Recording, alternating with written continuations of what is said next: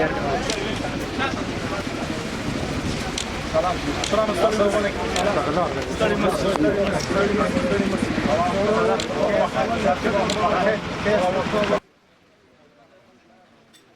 ننګرهار د نوي والي په توګه د ضیاءالحق مرخیل ګمارنه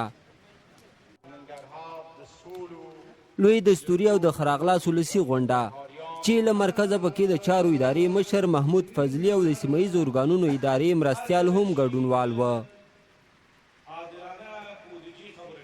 د ولسونو استازي مخامخ تازه ګمارل شوي والي ته د داعش پر وړاندې د ولسونو قربانۍ او د مرکزي حکومت نه پاملرنه ور یاده کړه.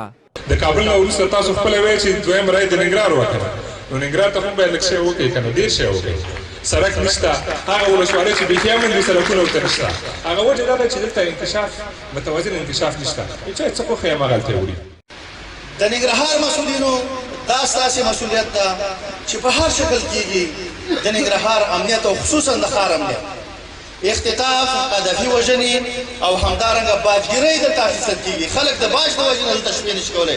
حیرانوونکې خو لا دا چې ان د مرکز لومړی درجې چارواکي هم له تازه ګمارل شوي والي سره د ولایت په کچه ستونزې شریکې کړې. د چارو ادارې مشر محمود فضلي له فساد سره مبارزې برخه کې والي ته د ملاتړ ډاډ ورکړ.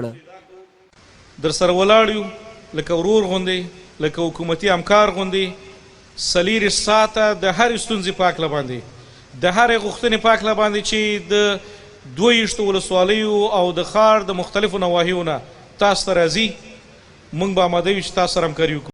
والي ضیاءالحق مرخیل وایي ټولې ستونزې په یو وخت او ژر د حل نه دي، ولې هڅه کوي لومړنۍ اړتیاوې د ولسونو حل کړي. ځکه په داسې حالت کې راځم چې په هر کلي باندې حاکم نه یو، په داسې حالت کې راځم چې کافي فقر ځپلی یاستو، په داسې حالت کې راځم چې نړیواله وبا مو تیره کړې ده، او په داسې حالت کې راځم چې د بیکارۍ کچه ډیره لوړه ده، او په داسې حالت کې راځم چې خصوصي سکتور مو صفر ده. نو دا مې بیا دردوي، ځکه دا په اسانۍ نه کېږي چې دا ټولو برخو ته زه رسیدګي وکړم. په لوړه کچه بیکاري، فقر، فساد او د خصوصي سکتور پر وړاندې پراته هغه خنډونه او نورې ستونزې وي چې والي یادونه وکړه. امرخیل ولسونو سره په ژمنو کې وویل ولسمشر ورسره منلي چې دې ولایت کې به د پوهنې په تشکیل کې 2000 نور ښوونکي زیاتوي. د اختطاف بحث دلته یاداوري سوه.